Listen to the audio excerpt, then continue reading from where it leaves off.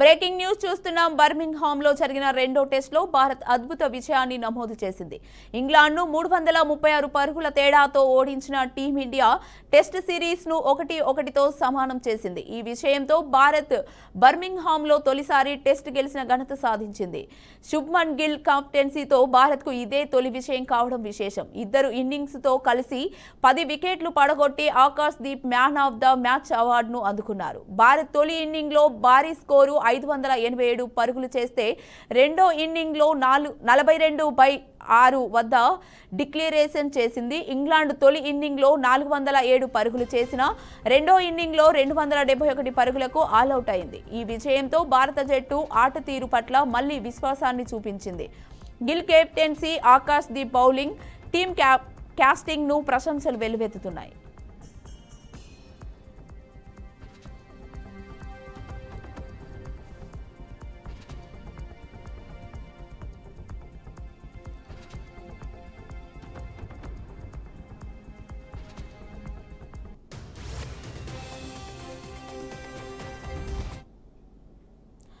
Birmingham లో జరిగిన రెండో టెస్ట్ లో భారత్ అద్భుత విజయాన్ని నమోదు చేసింది. ఇంగ్లాండ్ ను 336 పరుగుల తేడాతో ఓడించిన టీమిండియా టెస్ట్ సిరీస్ ను 1-1తో సమానం చేసింది. ఈ విజయంతో భారత్ బర్మింగ్హామ్ లో తొలిసారి టెస్ట్ గెలిచిన ఘనత సాధించింది. శుభ్మన్ గిల్ కెప్టెన్సీలో భారత్ కు ఇదే తొలి విజయం కావడం విశేషం. ఇద్దరు ఇన్నింగ్స్ లో కలిపి 10 వికెట్లు పడగొట్టి Akash Deep match of the man గా అవార్డును అందుకున్నారు. భారత్ తొలి ఇన్నింగ్స్ లో భారీ స్కోరు 587 పరుగులు చేస్తే రెండో ఇన్నింగ్స్ లో 42/6 వద్ద డిక్లేర్ చేసింది. ఇంగ్లాండ్ తొలి ఇన్నింగ్ లో 407 పరుగులు చేసిన రెండో ఇన్నింగ్స్ లో 271 పరుగులకు ఆల్అౌట్ అయింది. ఈ విజయంతో భారత జట్టు ఆట తీరు పట్ల మళ్లీ విశ్వాసాన్ని చూపించింది. Gill captaincy, Akash Deep bowling, team casting ను ప్రశంసలు వెల్లువెత్తుతున్నాయి.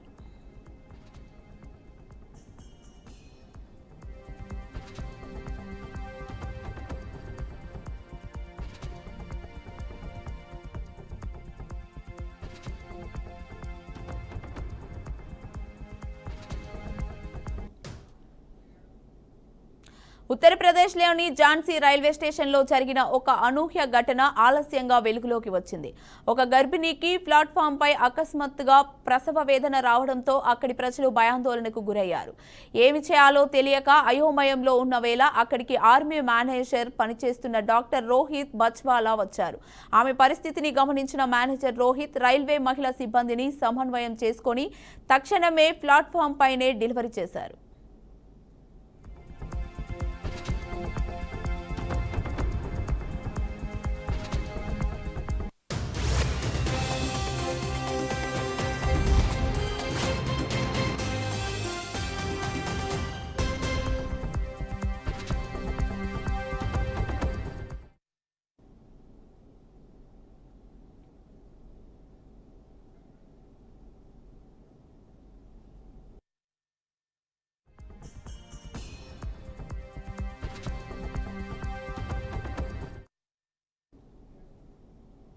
భద్రాద్రి కొత్తగూడెం జిల్లాలో 2 హై లెవెల్ బ్రిడ్జిల నిర్మాణానికి మంత్రి పొంగులేటి శ్రీనివాసరెడ్డి శంకుస్థాపన చేశారు.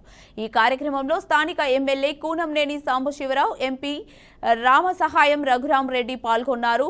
లక్ష్మీదేవిపల్లి మండలం చింతపెంటి గ్రామ సమీపంలోని వాగుపై DMFT నిధులతో 4 కోట్ల వ్యయంతో హై లెవెల్ బ్రిడ్జ్ నిర్మించనున్నారు. ఇందిరమ్మ ప్రభుత్వంలో రాష్ట్ర వ్యాప్తంగా అభివృద్ధి కార్యక్రమాలు వేగంగా కొనసాగుతున్నాయని పొంగులేటి శ్రీనివాసరెడ్డి తెలిపారు. ఆర్థిక ఇబ్బందులు ఉన్నా అభివృద్ధిని ఆపకుండా ముందుకు తీసుకెళ్తున్నామని వెల్లడించారు. ఇప్పుడే 400 లక్షల రూపాయలతో బ్రిడ్జికి, హై లెవెల్ బ్రిడ్జికి శంకుస్థాపన చేసుకున్నాం. మీ అందరి దీవెనలతో ఇందిరమ్మ ప్రభుత్వం వచ్చి సంవత్సరంన్నర అయింది. ఈ సంవత్సరంన్నరలో ఎన్నికల ముందు ఏమైతే హామీలు ఇచ్చామో, రాష్ట్ర ఆర్థిక పరిస్థితి బాగలేకపోయినా గౌరవ ముఖ్యమంత్రి రేవంత్ రెడ్డి గారి నాయకత్వంలోని మన ఇందిరమ్మ ప్రభుత్వం చెప్పిన వాటిలలో ఆడబిడ్డలకి 200 యూనిట్లు ఉచిత కరెంటు, 500 రూపాయలకే గ్యాస్ మొద్దు, పేదవాడికి డబ్బు చేస్తే 10 లక్షల రూపాయల వరకు మెరుగైన వైద్యం, ఆర్టీసీ బస్సులో ఆడబిడ్డలు ఎంత దూరం ప్రయాణం చేసినా 1 రూపాయి ఛార్జీ లేకుండా వసతి, ఉగాది నుంచి సన్న బియ్యం, తెల్ల రేషన్ కార్డులు, రైతన్నలకి మొన్ననే టింగ్ టింగ్ టింగ్ టింగ్ అంటూ ఎకరానికి 12,000 రూపాయల చొప్పున రైతు భరోసా మొదటి విడత. ఈ అన్నిటికంటే గడిచిన 10 సంవత్సరాలలో ఆనాటి ప్రభుత్వం ఇందిరమ్మ ఇళ్లు మన ప్రభుత్వం ఇస్తే ఇందిరమ్మ ఇళ్లు ఇవ్వకుండా డబుల్ బెడ్రూమ్ ఇల్లు ఇస్తామని చెప్పి ఎన్నికలప్పుడే మాటలు చెప్పేది తప్ప ఇవ్వల. చాలా సంతోషం. ఇప్పుడే 400 లక్షల ఫోన్ ట్యాపింగ్ కేసులో ఎస్ఐబి మాజీ చీఫ్ ప్రభాకర్ రావును ఉద్దేశపూర్వకంగా వేధిస్తున్నారని వెలమ సంక్షేమ సంఘం ప్రతినిధులు ఆగ్రహం వ్యక్తం చేశారు. పేద రైతు కుటుంబంలో జన్మించి 38 సంవత్సరాలు ప్రభుత్వంలో విధులు నిర్వహించిన ప్రభాకర్ రావు రాష్ట్రపతి, ముఖ్యమంత్రుల చేతుల మీదుగా ఎన్నో అవార్డులు తీసుకున్నారని తెలిపారు. ప్రభుత్వం కావాలనే ప్రభాకర్ రావుపై తప్పుడు ఆరోపణలు చేస్తూ కక్ష సాధింపు చర్యలకు పాల్పడుతున్నదని దుయ్యబట్టారు.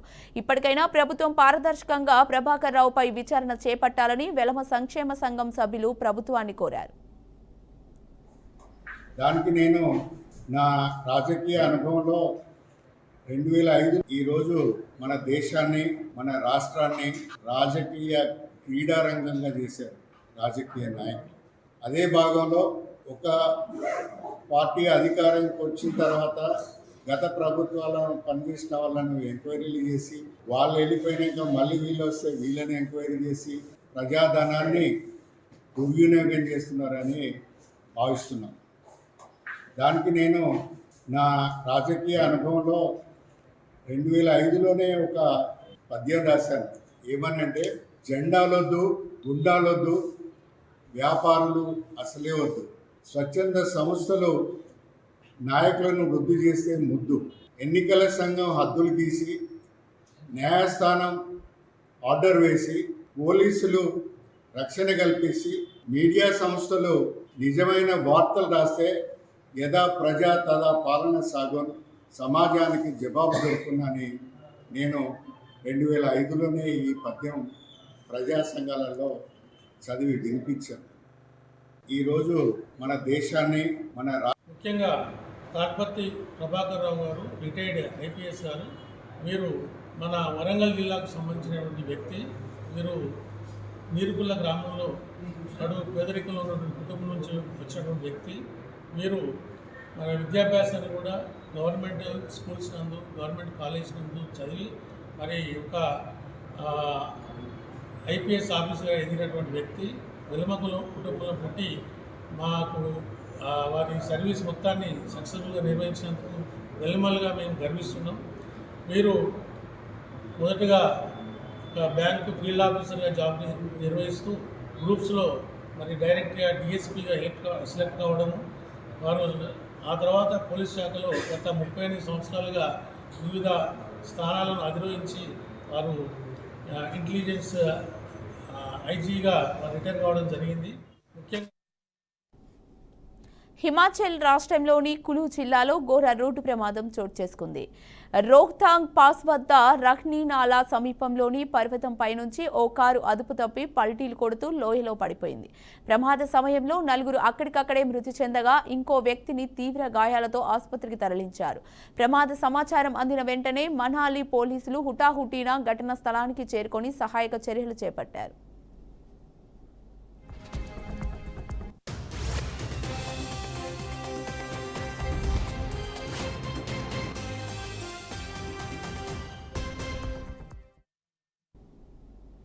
ఏపీ ముఖ్యమంత్రి చంద్రబాబు తన పార్టీకి చెందిన ఓ కార్యకర్త పట్ల మానవత్వం చాటుకున్నారు. క్యాన్సర్తో పోరాడుతున్న తీవ్ర అనారోగ్యంతో ఉన్న అభిమానికి స్వయంగా వీడియో కాల్ చేసి పరామర్శించి ఆయన చివరి కోరికను నెరవేర్చారు. రాజమండ్రి రూరల్ నియోజకవర్గంలోని మోరంపూడి జంక్షన్కు చెందిన ఆకుల కృష్ణ మొదటి నుంచి తెలుగుదేశం పార్టీకి వీరాభిమానిగా ఉన్నారు. చంద్రబాబు అంటే ఆయనకు ఎనలేని అభిమానం. అయితే కొంతకాలంగా క్యాన్సర్తో బాధపడుతూ ఆరోగ్యం క్షీణించడంతో జీవితంలో ఒక్కసారైనా చంద్రబాబుతో మాట్లాడాలని తన ఆకాంక్షను వెల్లబుచ్చారు.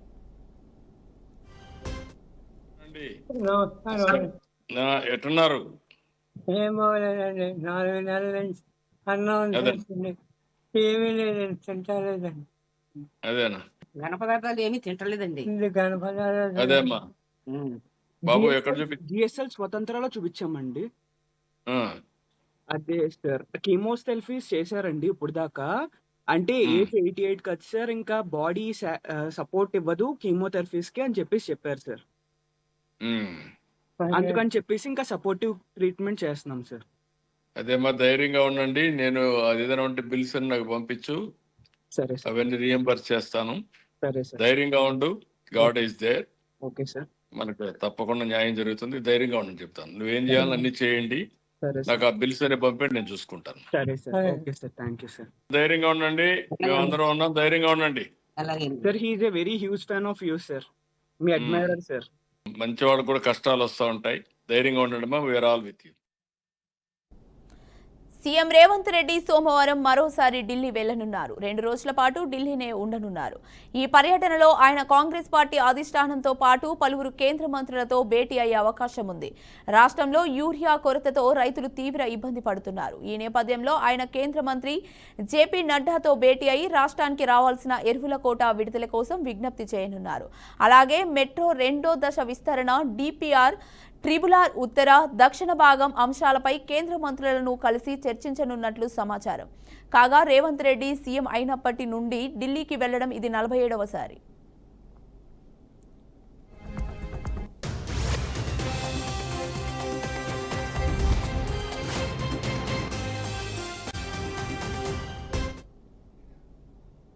ఖమ్మం జిల్లా మధుర నియోజకవర్గంలో ఇందిరమ్మ ఇళ్ల లబ్ధిదారులకు డిప్యూటీ సీఎం మల్లుబట్టి విక్రమార్క పట్టాల పంపిణీ చేశారు. ఎవరు ఎన్ని కుట్రలు చేసినా తాము చేపట్టిన సంక్షేమ పథకాలు ప్రజల మనసులు గెలుస్తాయని ఆయన అన్నారు. రాష్ట్రంలో 1 కోటికి పైగా కుటుంబాల మధ్య 93 లక్షల కుటుంబాలకు ఏదో ఒక సంక్షేమ పథకం అందుతోందని తెలిపారు. ఇందిరమ్మ ప్రభుత్వ లక్ష్యం ప్రతి పేద కుటుంబానికి మద్దతుగా నిలవడమేనని డిప్యూటీ సీఎం స్పష్టం చేశారు.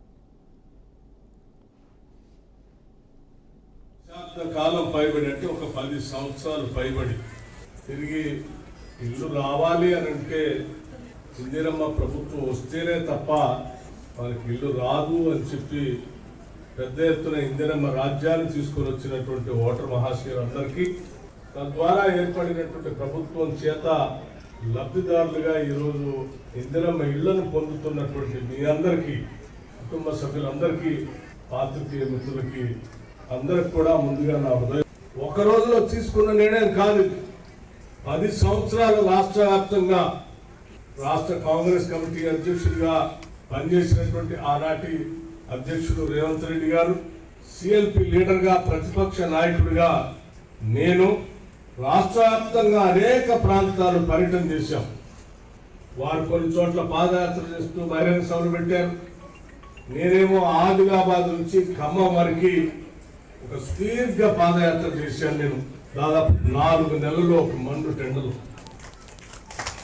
నడిచిన ప్రతి దగ్గర, కలిసిన ప్రతి ఊర్లో పేదల యొక్క బాధల్ని, ఇల్లు లేనటువంటి కుటుంబాల యొక్క సమస్యల్ని ప్రత్యక్షంగా విన్న తర్వాత ఆనాడే నిర్ణయం చేశాం. ఒక దశాబ్ద కాలం పైబడి అంటే ఒక 10 సంవత్సరాలు పైబడి. మహబూబాబాద్ జిల్లా చెన్నూరు నియోజకవర్గంలో మంత్రి వివేక్ వెంకటస్వామి విస్తృతంగా పర్యటించారు. కోటపల్లి మండల కేంద్రంలోని సివిల్ సప్లై గోదాంలో ఇందిరమ్మ ఇండ్ల లబ్ధిదారులకు ప్రొసీడింగ్ పత్రాలను పంపిణీ చేయగా, అక్కడ ప్రభుత్వ ఆసుపత్రిలో ఆర్వో వాటర్ ప్లాంట్ను కలెక్టర్ కుమార్ దీపక్తో కలిసి ప్రారంభించారు. మంత్రిగా తొలిసారి వచ్చిన సందర్భంగా కాంగ్రెస్ నేతలు ఘన స్వాగతం పలికారు. చెన్నూరులో 500 కోట్లతో అభివృద్ధి పనులు జరుగుతున్నాయని, ప్రతి గ్రామంలో సీసీ రోడ్లు, డ్రైనేజీలు పూర్తయ్యాయని మంత్రి తెలిపారు. అర్హులందరికీ ఉచితంగా ఇసుకతో కూడిన ఇందిరమ్మ ఇండ్లు, ఉచిత బస్సులు, 200 యూనిట్ల ఉచిత విద్యుత్, రైతు భరోసా నిధులు మంజూరవుతున్నాయని వివరించారు. అక్రమ ఇసుక రవాణాపై ఉక్కుపాదం మోపుతున్నామని, ప్రతిపక్షాలు చేస్తున్న దుష్ప్రచారాన్ని ఖండిస్తున్నామని స్పష్టం చేశారు. ఫేక్ న్యూస్ వ్యాప్తికి పాల్పడిన వారిపై కఠిన చర్యలు తీసుకోవాలని సూచించారు.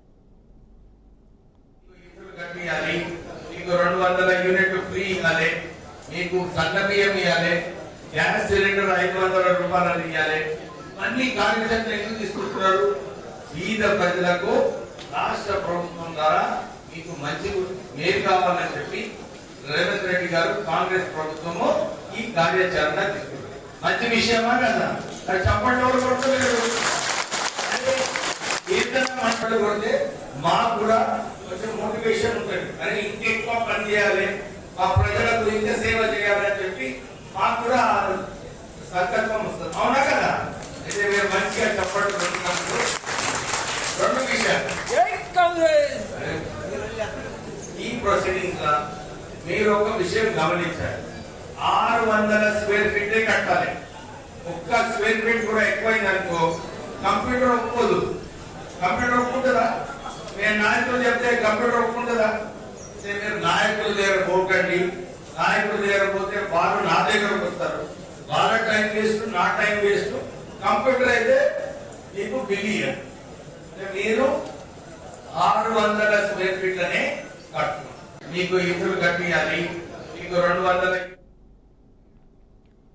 కేటీఆర్ వ్యాఖ్యలపై కాంగ్రెస్ ఎంపీ సామల కిరణ్ కుమార్ స్పందించారు. కేటీఆర్ కు ఛాలెంజ్ చేసే అర్హత లేదన్న సామల ఉత్తర కుమారుని మాటలు బంద్ చేయాలని విమర్శించారు. మనకు ఛాలెంజ్లు అచ్చిరావని విమర్శించారు. గతంలో అనేకసార్లు ఇలా నవ్వుల పాలు అయిన సందర్భాలున్నాయంటూ సెటైర్లు వేశారు. చర్చల కోసం ప్రెస్ క్లబ్ రమ్మన్న కేటీఆర్ మళ్లీ అది దూరం ఉందని చెప్తాడని అన్నారు. ఉత్తర కుమారుని మాటలు బంద్ చేయండి. మనకు ఛాలెంజ్లు వచ్చిరావు. గతంలో కూడా ఛాలెంజ్లు చేసిన సందర్భాలు ఉన్నాయి. మనం తప్పించుకోపోయినటువంటి సందర్భాలు కూడా ఉన్నాయి. ఒకసారి గుర్తుకు చేయమంటారా? ఇగో ఒకసారి వినండి మీరు. నేను ఈ వైట్ ఛాలెంజ్ లో మొదట నిపుణుల దగ్గరకు వచ్చి నేను అడిగిన అవసరమైన శాంపిల్స్ అన్ని నేను ఇస్తా. ఇచ్చిన తర్వాత నేను ఛాలెంజ్ విసురుతో ఇద్దరికి. ఆ ఇద్దరు కేటీఆర్ గారు, విశ్వేశ్వర రెడ్డి చేవెళ్ళ ఎక్స్ఎంపీ గారు. ఆ తర్వాత వాళ్ళిద్దరు వచ్చి ఈ వైట్ ఛాలెంజ్ స్వీకరించి వాళ్ళు శాంపిల్స్ ఇవ్వాలి. ఈ రకంగా తెలంగాణ రాష్ట్రంలో ఆదర్శంగా యువతకు మనం ముందుండి ఈ డ్రగ్స్ మహమ్మారిన పడకుండా తెలంగాణ సమాజాన్ని, దేశంలో యువతను కాపాడతాం. ఏం డ్రగ్స్ ఏం టెస్ట్? డ్రగ్స్ టెస్ట్ ఏంటి? నేను కుల్లా అంటున్నా. డ్రగ్స్ కాదు, నా రక్తం తీస్తాడా, నా చర్మం తీసుకోపోతాడా, ఏం తీసుకోదా తీసుకోపోమను. ఇక్కడనే ఉంటారా మనం? ఏ డాక్టర్ని తీసుకొస్తాడో, ఏ గుండు కొట్టడానికి తీసుకొస్తాడో తీసుకురమ్మను. నా బొచ్చు ఇస్తా, నా రక్తం ఇస్తా, నా గోళ్ళు ఇస్తా అని పొంది ఏం ఉన్నాడు కిడ్నీ వాడి కిడ్నీ కూడా ఇస్తా. డ్రగ్స్ విషయంలో నేను కేటీఆర్ గారు గతంలో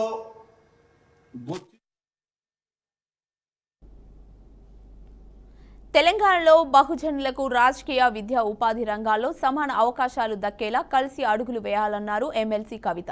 ఏకలవ్య జయంతి ఉత్సవాల్లో పాల్గొన్న ఆమె గతంలో కేసీఆర్ కట్టించిన ఏకలవ్య భవనాన్ని పూర్తి చేయాలని కాంగ్రెస్ ప్రభుత్వాన్ని డిమాండ్ చేశారు. కేసీఆర్ ప్రవేశపెట్టిన ఎరుకల ఎంపవర్మెంట్ స్కీమ్ను అమలు చేయాలన్నారు.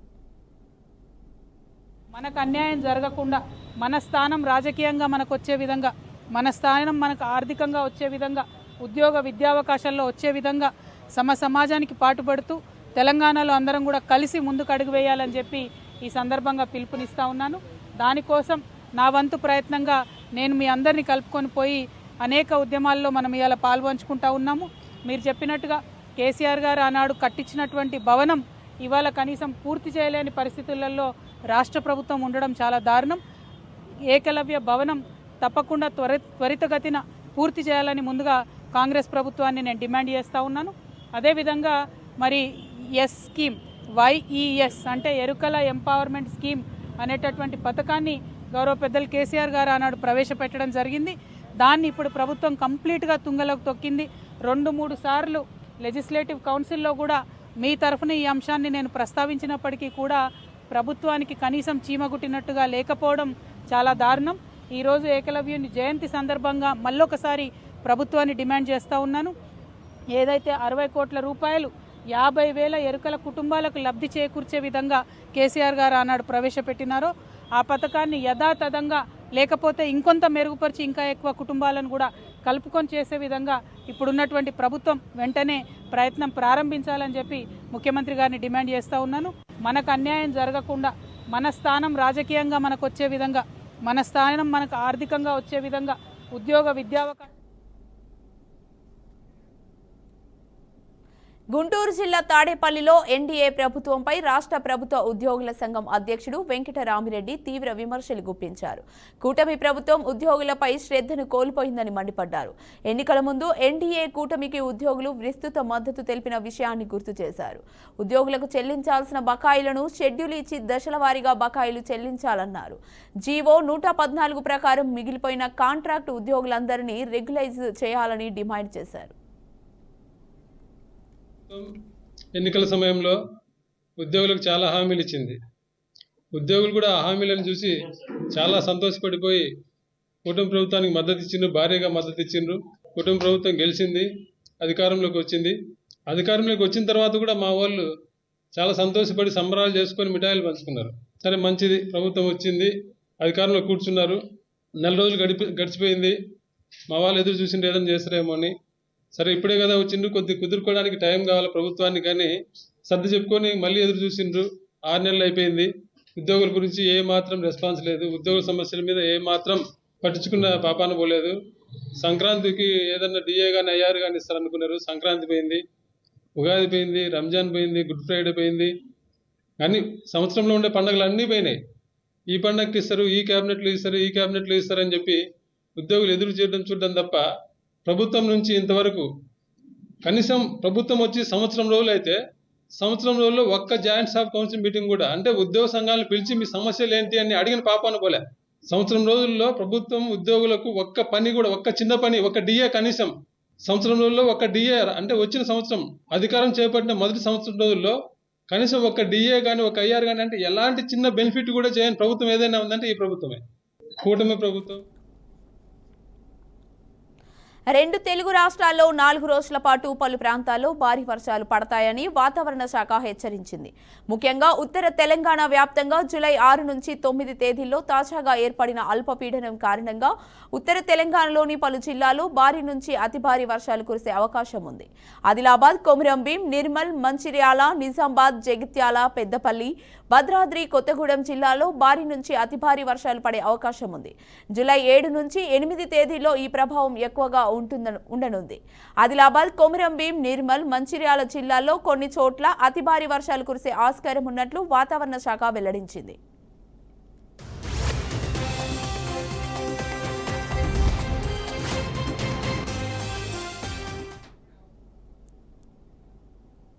ఇవి ఇప్పటివరకు ఉన్న బులెటిన్ అప్డేట్స్. మరిన్ని అప్డేట్స్ కోసం చూస్తూనే ఉండండి బీఆర్కే న్యూస్ తెలుగోడి సత్తా.